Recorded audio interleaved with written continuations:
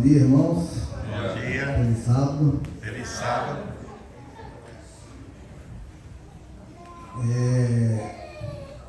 Igual a irmã Alain falou ali na hora da lição, dá para perceber que os irmãos estão alegres. Eu acredito que os irmãos tiveram uma boa semana, não é isso? Amém. E mais ainda estão alegres porque estão aqui na casa, Deus. na presença de Deus. Jesus, né? É isso aí. Eu também estou muito alegre, muito feliz não só por estar aqui na casa de Deus, mas também por ter essa responsabilidade de pregar a mensagem, né?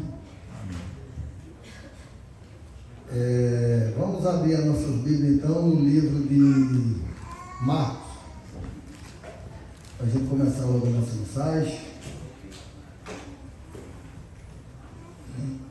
Marcos capítulo 17.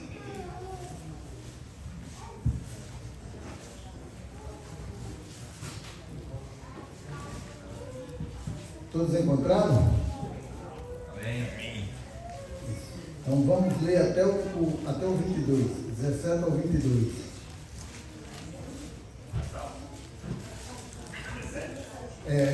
O Marcos capítulo 10, versículo 17. Vamos ler até o 22.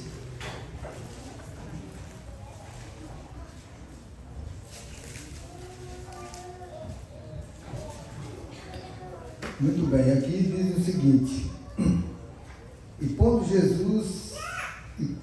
Jesus a caminho, correu o homem ao seu encontro e, ajoelhando-se, perguntou: Bom mestre, que farei para herdar a vida eterna?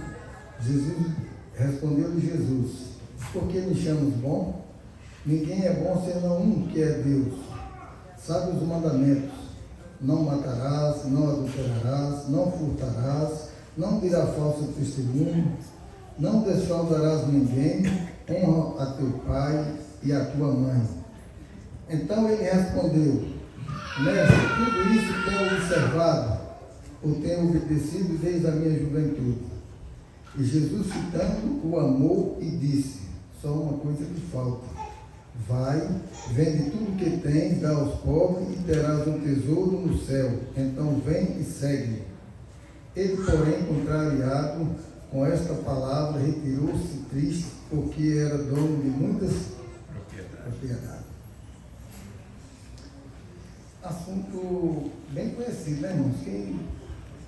Quem nunca ouviu essa história do jogueiro? Acho que todos, né? Todos já ouviram essa história. Muito conhecida. Tá bom quando a gente vai pregar um assunto que todos conhecem, né?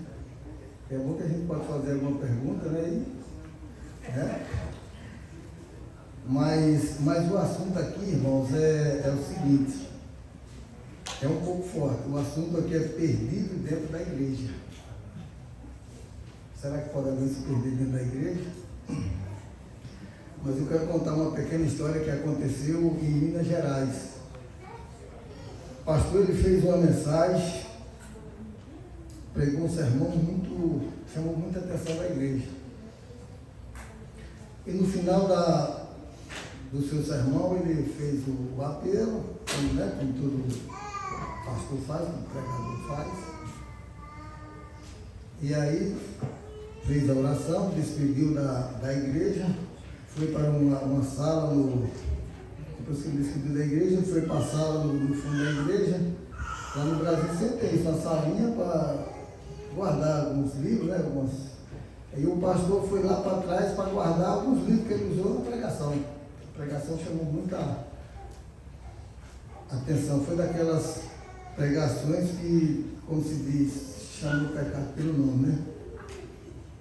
E o pastor estava lá na salinha dele, sala pastoral, acabando de colocar os livros ali para ir embora também, quando de repente entra um jovem, chorando, ficou na porta chorando, e aí o pastor ficou preocupado, porque ele estava naquela situação, porque ele era um membro da igreja, era conhecido, e aí, além do mais, ele era muito amigo do pastor. E aí o pastor preocupado, né, com aquela situação dele, chorando bastante. E aí o pastor disse: ô meu amigo, o que está acontecendo com você? Aconteceu alguma coisa com você, com a sua família?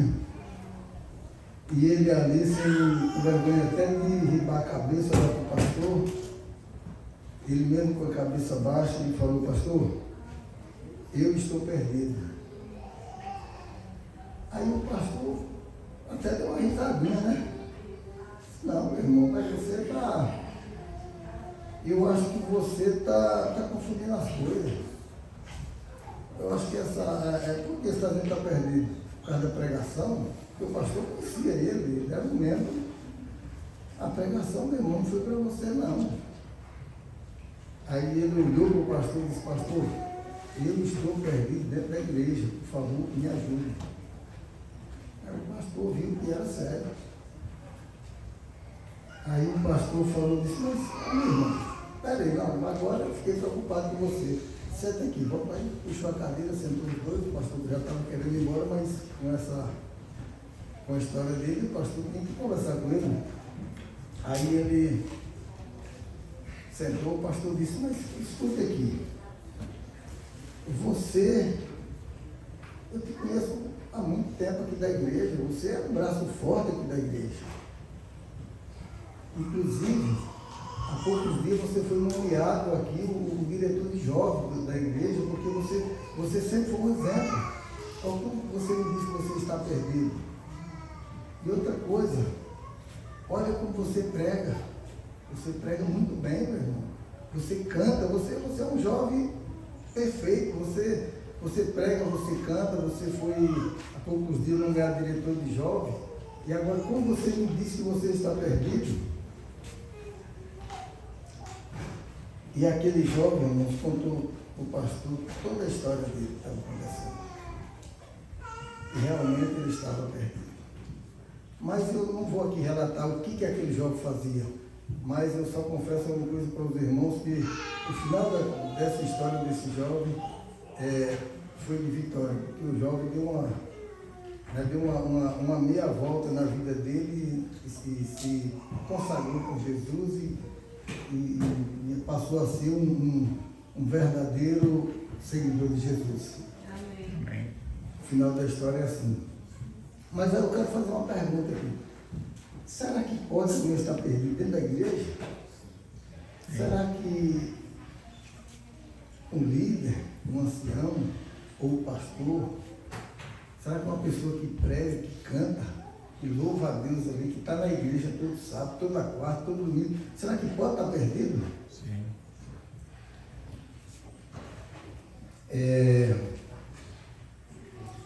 Jesus, ele estava lá pelas bandas da Judéia, estava pregando.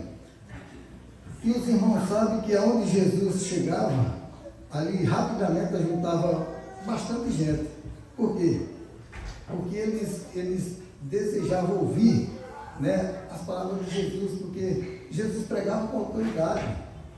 Não só ouvir as palavras de Jesus, juntava muita gente, mas para ali, quando o pessoal ouvia dizer que Jesus estava ali, o que tinha naquela região ali de doentes, aleijados, manco, coxo, e doente de todos os tipos, ia ali para Jesus curar, porque Jesus amava as pessoas. Mas no meio daquela multidão ali também, quando sabia que Jesus estava ali todo aquele membro do Sinédrio, aquelas pessoas, aqueles escribas, fariseus, aquelas pessoas que inteligentes na Bíblia, né? Aquelas pessoas que faziam parte do Sinédrio ali, que aquelas pessoas importantes da igreja também estavam ali para fazer pergunta para Jesus também. Não interessados em aprender com a resposta de Jesus, mas eles estavam ali para ver se na resposta de Jesus eles achavam alguma coisa para acusar. Porque o interesse deles era de quê? De prender Jesus, de apedrejar Jesus, porque os seguidores de Jesus cresciam absurdamente.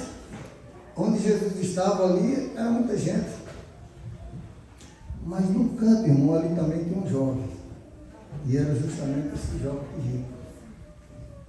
E ele estava ali no canto observando tudo. Observando como Jesus pregava, como Jesus conversava com as pessoas, observando como Jesus tratava as criancinhas, como Jesus tratava principalmente aqueles membros do Sinédrio, ao qual também ele fazia parte, porque aquele jovem rico era um dos membros também do Sinédrio, por ele ser uma pessoa muito influente ali da cidade, da região. E ele observando tudo. Enquanto Jesus pregava, curava, o Espírito Santo ia trabalhando na vida daquele jovem. E aquele jovem interessante, que nós vamos ver que aquele jovem tem um conhecimento incrível. Aquele jovem era um observador da lei e era uma pessoa fiel aos cultos da igreja. Estava sempre presente aos cultos. Mas enquanto o Espírito Santo ia trabalhando na vida dele, ele sentiu, né? Tanto conhecimento que ele tinha, mas ele sentiu que dentro dele tinha um vazio. Ele sentiu que dentro dele havia algo que ele deveria preencher, que tinha que preencher. Era o Espírito Santo trabalhando na vida dele. E aí, a Bíblia diz aqui, começa dizendo que ao Jesus despedir da multidão, Jesus ia embora, e o que foi que aquele jovem fez? Correu atrás de Jesus, chegou, ajoelhou. E ele disse o seguinte: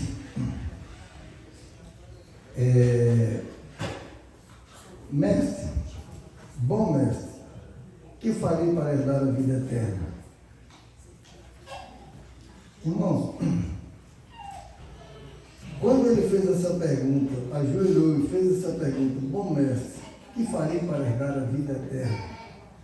Jesus, a Bíblia diz aqui que Jesus, no versículo 21, Jesus diz, quando ele fez aquela pergunta, bom mestre, que farei para herdar a vida eterna? Jesus, quando olha nos olhos dele, a Bíblia diz que Jesus o amou. Jesus amou com todo carinho. E Jesus, ao olhar os olhos dele, Jesus viu o seu coração. E Jesus viu que ele não estava preparado naquele momento para a resposta. E Jesus tinha que preparar ele para ele aceitar a resposta que Jesus ia dar. E Jesus começa: por que tu me chamas de bom? Bom é só um que é Deus. Percebe, irmãos, que Jesus queria que ele entendesse que ali estava uma pessoa diferente de todos, principalmente daqueles membros do Sinédrio. Porque aqueles membros do Sinédrio, o que é que eles faziam? Eles gostariam de ser reconhecidos, eles gostariam que as pessoas elogiassem eles. Eles gostariam de chegar em qualquer lugar e receber os primeiros lugares, não é isso? Mas Jesus foi diferente. Jesus disse: olha, por que tu me chama de bom? Porque eu estou fazendo essas coisas? Não, bom é só um bom a Deus.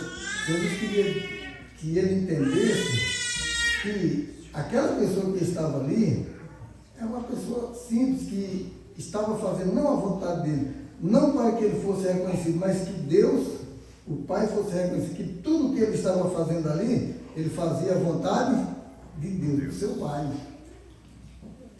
Já para ele notar, para aquele jovem notar que quem ia dar resposta para ele era uma pessoa que ele podia confiar, era uma pessoa diferente daqueles ali. Perceba também que Jesus, ele não faz uma pergunta assim: você sabe os mandamentos?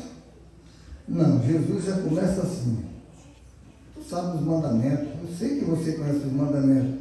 Você não mata, você não adultera, né? Você não rouba, você não dissolve o testemunho, você não defrauda ninguém, você honra seu pai, você honra sua mãe. O que Jesus quis dizer ao jovem com isso? Jesus quis dizer o seguinte: olha, jovem, você pode confiar em mim. A resposta que eu vou te dar vai ser dura, mas é uma resposta de quem conhece a sua vida. Eu conheço toda a sua vida. Vocês viram no versículo seguinte que ele diz assim: Senhor, tudo isso eu tenho obedecido desde a minha mocidade. Então Jesus queria que ele entendesse quem ia dar resposta para ele da pergunta que ele fez, o que eu farei para herdar a vida eterna, era uma pessoa que ele podia confiar, era uma pessoa que ele conhecia toda a trajetória da vida dele. Então Jesus começou a preparar esse jovem para aquela resposta. Jesus queria dizer, olha meu jovem, quem vai te dar a resposta é uma pessoa que conhece você desde antes de você nascer. Antes de você nascer, eu já conhecia o seu nome. Eu já sabia que nome o seu pai iria colocar em você. Eu já sabia o seu nome. Eu sou aquela pessoa que quando você nasceu, que deu o primeiro choro, eu estava lá, eu vi tudo. Então Jesus, ao falar para ele que ele obedecia os mandamentos, que ele não matava, que aquela riqueza que ele tinha, olha, eu sei que essa riqueza que você tem foi construída honestamente. Eu sei que você não precisou de enganar ninguém para construir sua riqueza. Jesus queria que ele entendesse tudo isso. Jesus queria que ele pudesse confiar na resposta que Jesus ia dar. Porque Jesus amou ele quando ele fez aquela pergunta. Porque Jesus ele veio salvar os perdidos. E aquele jovem estava perdido. E Jesus veio para salvar. Mas Jesus fez de tudo para ele confiar e acreditar na resposta que Jesus ia dar para ele. E depois que Jesus fez todo esse preparo, e agora Jesus diz o seguinte: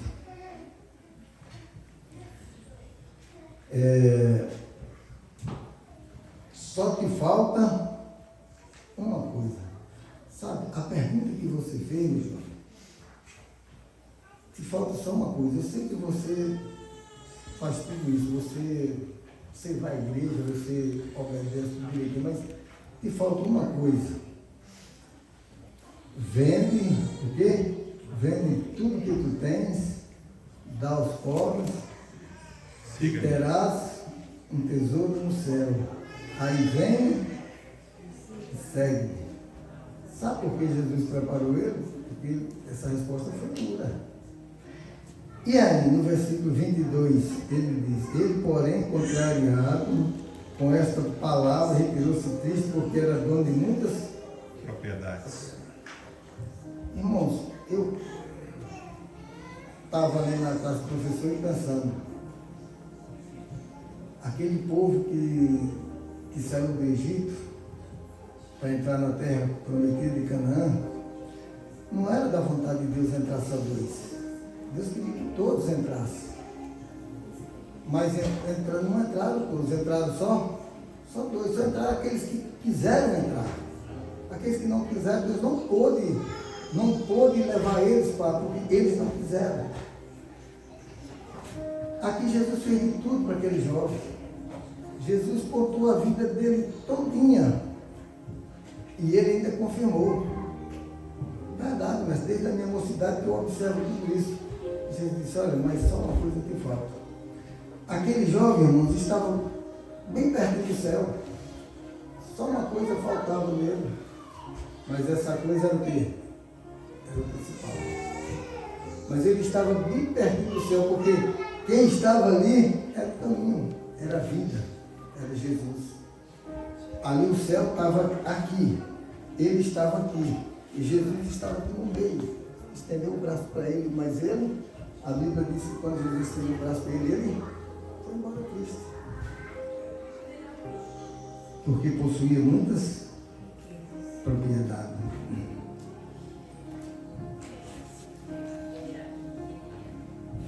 Será que foi dura a resposta que Jesus deu para ele?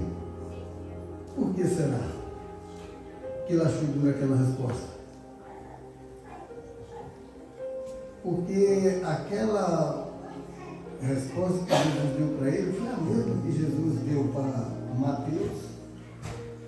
Jesus disse, chegou para Mateus e disse: Mateus, segue-me. Será que Mateus também não poderia pensar? Ué, mas Jesus chegou aqui e pediu para me seguir ele e o meu serviço. Meu serviço está aqui, dá para mim viver o resto da minha vida, tranquilo. Eu vou abandonar, e aí? Mas Mateus não pensou nisso, pensou?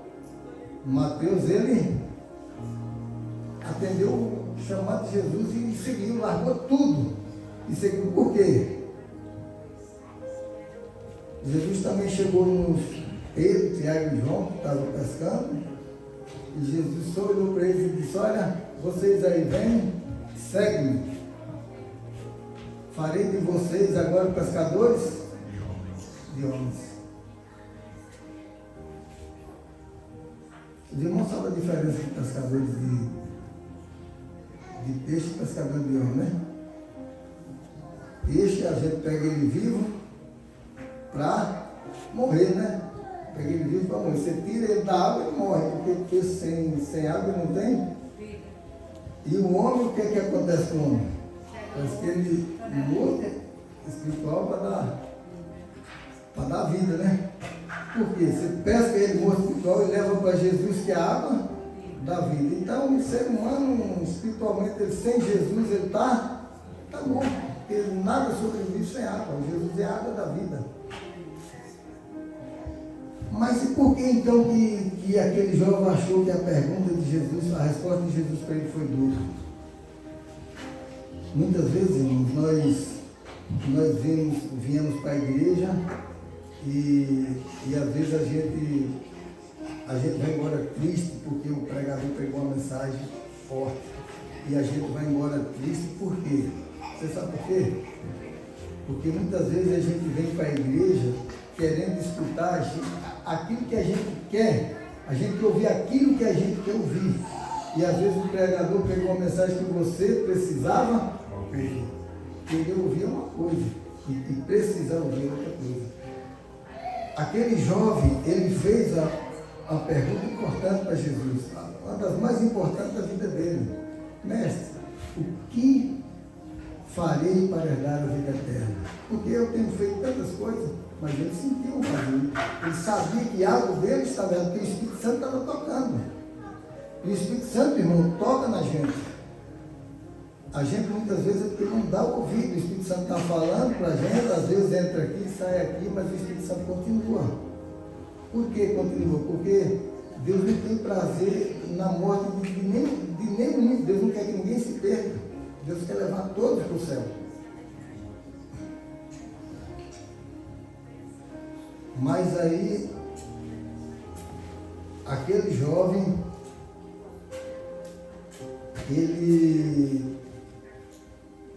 quando Jesus deu a resposta para ele saiu triste. Por quê?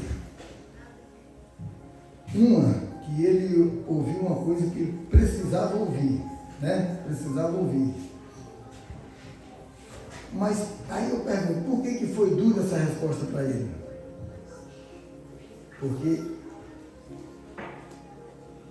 Mateus 6:21 diz o seguinte: nós devemos ajuntar tesouro aonde? No céu. Por que devemos ajuntar tesouro no céu?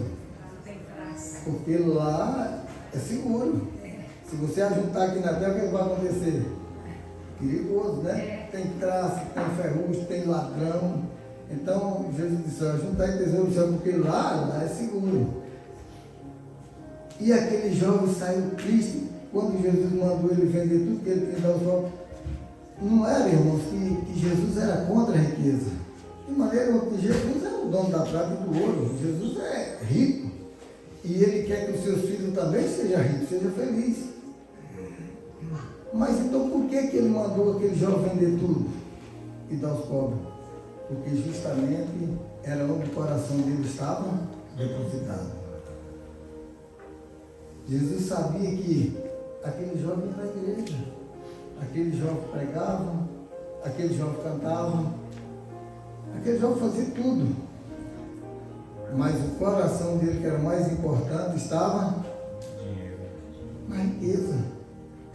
Ele estava disposto a trocar tudo pela riqueza que ele tinha, porque a Bíblia diz: aonde está o teu tesouro, ali está o teu coração.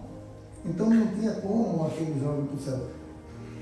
Aí às vezes nós pensamos assim, então para mim está tudo bem, porque eu não sou rico, né? Sou pobre, então para mim está maravilha. Mas irmãos, que lição foi essa que nós estudamos essa semana, né? Aquele bezerro de ouro. Aquele bezerro de ouro que foi feito, o povo tiveram a audácia de dizer assim, esse foi o Deus que nos tirou do Egito. Agora você imagina como é que Deus ficou naquele momento quando o povo disse isso. Esse aqui foi o Deus que tirou nós do Egito. Quer dizer, esse aqui foi o Deus que atravessou nós no Mar Vermelho, esse aqui foi o Deus que mandou maná para nós, esse foi o Deus que deu água para nós. Aqui está o Deus, o nosso Deus é esse aqui.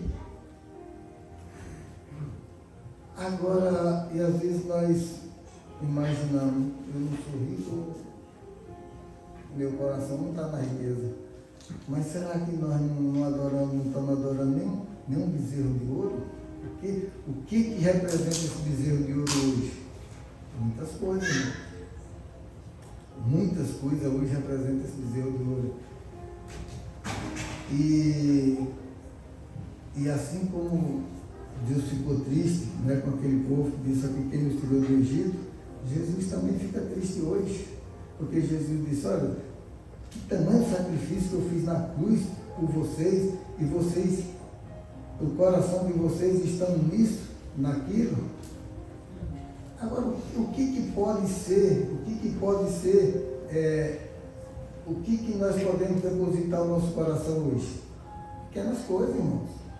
Não é só na riqueza, não é só numa casa boa, numa propriedade boa.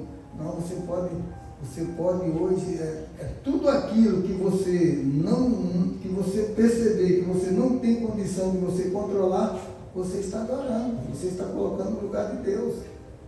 O que você tem hoje que você não consegue controlar? Que dá trabalho de você controlar? Isso aí está no lugar de Deus, porque não pode.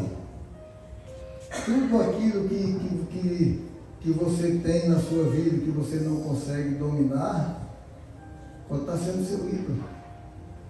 Aí eu fico pensando nesse tal de celular, desse tamanho assim, ó. Né? Desse tamanho assim. E pode estar sendo aquele bezerro de ouro. Por quê? Porque às vezes, irmãos, a gente passa 10, 15 minutos com Deus, né? Estuda a lição ali na carreira, às vezes estuda a Bíblia ali na carreira, mas no celular a gente passa ali 4, 5 horas e não cansa. Então, você não está conseguindo dominar esse aparelhozinho, então tome cuidado nisso. Pode estar sendo, o seu coração pode estar ali. Mas tem muitas coisas também, né? E essa pergunta é para meditação, tem só um dos exemplos, mas tem muitas coisinhas simples que às vezes nós estamos. Jesus, ele chegou, né, diante dos fariseus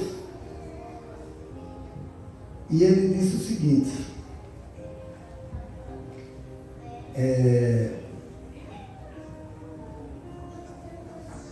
escribas e fariseus, hipócritas, vocês dão o dízimo da hortelã, do endro e do cominho.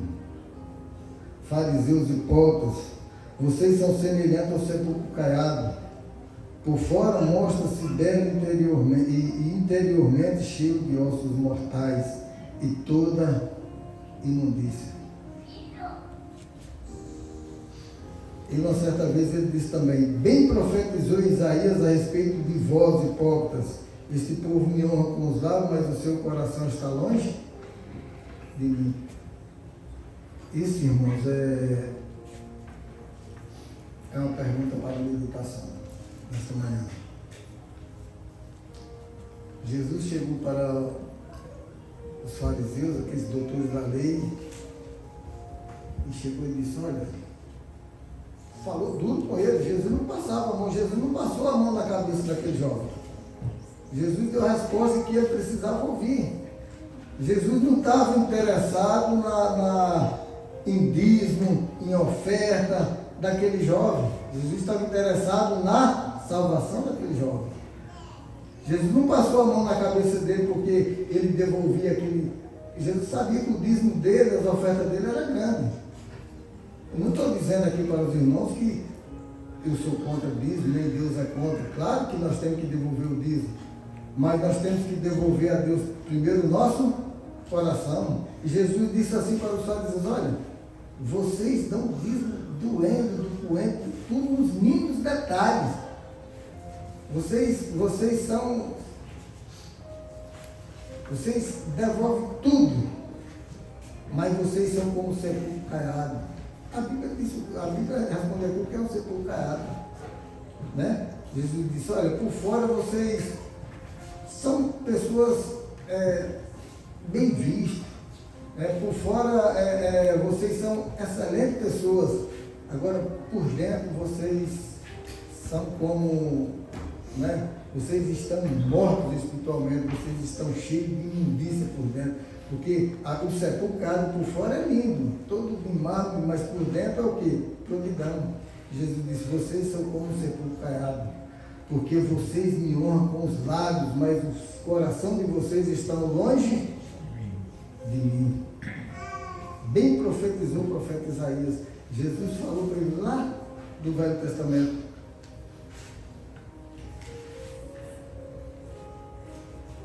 Isaías 29, 13 diz: o Senhor disse a este povo: aproxima-se com a sua boca e com os seus lábios, honra-me, mas o seu coração está longe de mim. Irmãos, que nesta manhã nós possamos fazer uma reflexão da nossa vida, né? E ver se realmente o nosso coração está com Jesus. Porque Jesus, ele precisa, ele quer o seu dízimo, ele quer as nossas ofertas, porque está escrito. Mas não adianta nós devolvermos o dízimo, devolvermos as nossas ofertas e não dar o nosso coração. Porque dízimo, oferta, irmão, não vai levar a gente para o céu, não. Quem leva é Jesus. Então, entregue primeiro o seu coração a Jesus. Aí, dízimo, oferta, aí vem em consequência, você vai devolver com alegria, de boa vontade, porque o seu coração você já entregou a Jesus. Amém. Amém? Então que Deus nos abençoe e nos prepare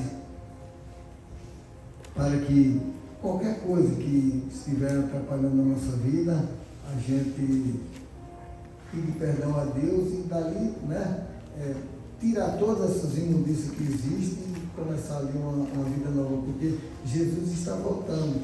E Ele, irmãos, Ele quer levar todos. A gente sabe que todos não vão, porque nem todos querem ir, mas aqueles que querem ir, pode ter certeza que Jesus vai levar, porque o sacrifício dele foi perfeito.